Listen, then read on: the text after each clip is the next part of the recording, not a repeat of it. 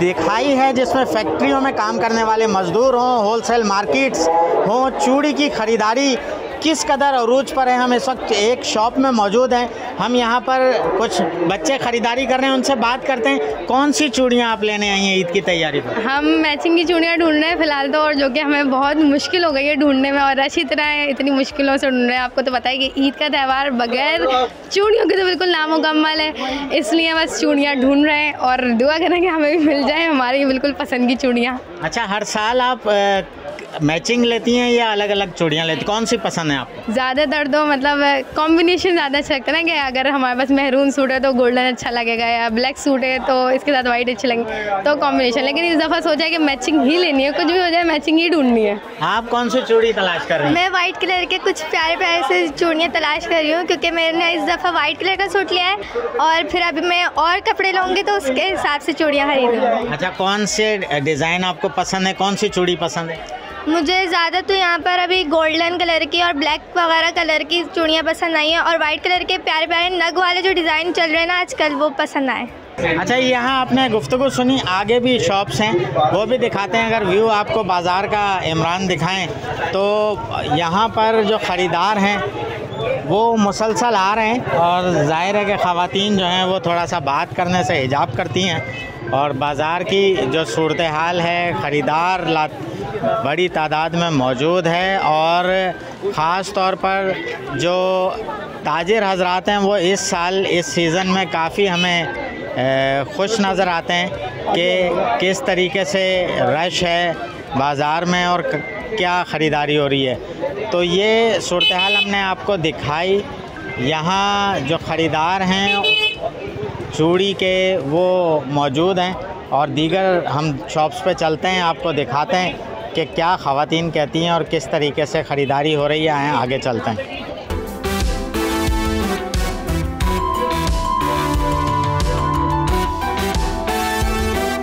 जी, हमने आपको फैक्ट्री की सनत, कांच की चूड़ी की फैक्ट्री की सनत दिखाई, उसके साथ साथ होलसेल मार्केट भी दिखाई। अब इस वक्त हम मौजूद हैं हैदराबाद के मसरूफ़ तरीन बाज़ार रेशम बाज़ार में, जहां कांच की चूड़ी की लातादाद दुकानें हैं, और यहां पर ख़रीदार भी इस वक्त अगर इमरान आपको दिखाएं तो ईद की शॉपिंग ज़ोरों पर है। बड़ी तादाद में लोग ईद की शॉपिंग कर रहे हैं और ख़रीदारी कर रहे हैं। एक रौनक है बाज़ार में, जिसमें जो कांच की चूड़ी जहां फ़रोख्त की जा रही है, इन शॉपकीपर से भी हम जानते हैं। आप बताइएगा कि जो चूड़ियां आप सेल कर रहे हैं इसमें कौन कौन सी आपके पास चूड़ियां हैं? हमारे पास अल्हम्दुलिल्लाह हर वैरायटी की चूड़ी होती है, और आपको पता है दुनिया में मशहूर चूड़ी हैदराबाद के अंदर है, तो अल्हम्दुलिल्लाह हमारे पास कांच वाली चूड़ी भी होती है, मेटल की चूड़ी भी होती है, मुड़ाई की चूड़ी भी होती है जो हाथ काम वाली होती है। ख़वातीन कौन सी चूड़ियाँ पसंद करती? ख़वातीन की अपनी अपनी पसंद होती है, कोई जो है ना मैचिंग की चूड़ी पसंद करती है, कोई मुड़ाई की चूड़ी पसंद करती है। ये हैंडमेड जो है ना, ये हमारा अपना है। पूरे हैदराबाद में क्या पूरे पाकिस्तान में अल्हम्दुलिल्लाह ऐसा कोई नहीं बना सकता, ये हमारे अपना काम। हैदराबाद की चूड़ी की ख़ास बात क्या है? हैदराबाद की चूड़ी की खास बात ये है कि ये हैदराबाद में ही बनती है, ये बाहर से नहीं आती, और ये हमारे भाई लोग खुद बनाते हैं अल्हम्दुलिल्लाह। अच्छा इमरान, दिखाते जाएं किस कदर खूबसूरत चूड़ियाँ हैं। हर सेट को देखने के बाद ख़रीदार जो है वो चाहता है कि ये वो ख़रीद ले। ये क्या कीमत है इनकी, किस तरह ये सेल होती हैं, क्या ख़ास तौर पर पसंद किया जाता है, क्या कीमतें हैं, किस तरह आप ये सेल करते हैं? कोई बताएंगे आप कीमतें क्या हैं चूड़ियों की? अच्छा, ये सारे लाइल में सेल्समैन है, मगर ये जाहिर है कि बताना इनके लिए मुश्किल है। आप बताएं क्या कीमतें क्या हैं? कीमतें अलग अलग हैं, जैसे स्टील की चूड़ी 150 रुपये दर्जन भी है, 300 रुपये दर्जन भी है, वो कांच की चूड़ी के अंदर 200 रुपये दर्जन भी है, 100 रुपये दर्जन भी है। वो अलग अलग जैसे चीज़ है वैसे पैसे हैं इसके।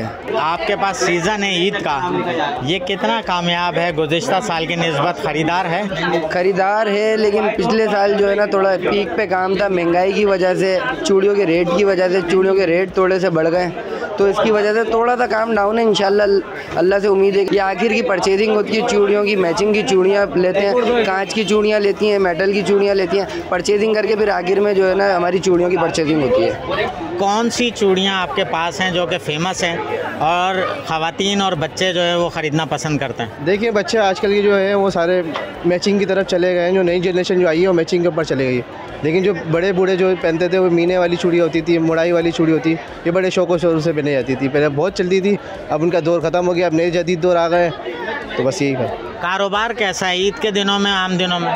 कारोबार अल्लाह का शुक्र है, पूरा साल का कारोबार होता है। चूड़ी का ऐसी बात नहीं है कि 12 महीने का काम होता है, क्योंकि ईद के बाद ईद में तो हमारे पर इल्ज़ाम लग जाता है कि हम पैसे बढ़ा देते हैं। ईद से ज़्यादा कारोबार हमारा शादी ब्याह के सीज़न में जा रहा है कारोबार। पिछले साल की निस्बत इस साल कीमतें वही हैं, कीमतें इतना फ़र्क नहीं आया। कोई 19-20 फ़र्क आ गया हो तो कोई फ़र्क आ गया। जैसे डॉलर बढ़ने के ऊपर जो इंडियन चीज़ें थी ना वो थोड़ी महंगी हो गई हैं, क्योंकि इंपोर्ट एक्सपोर्ट वगैरह दुबई से जाता है, फिर दुबई से पाकिस्तान आता है, इस तरह से पैसे बढ़। सनत तो हैदराबाद की है ना? नहीं, कांच की नहीं, कांच के अलावा जो इंडियन चूड़ियाँ होती हैं ना, जो मेटल की हो गई, स्टील के ऊपर हो गई, जो ख़राब नहीं होती हैं, जो मतलब गारंटीड वाली चीज़ें होती हैं, इस वजह से डॉलर की वजह से जो महंगी हुई है ना, ये चीज़ें सारी महंगी हो गई।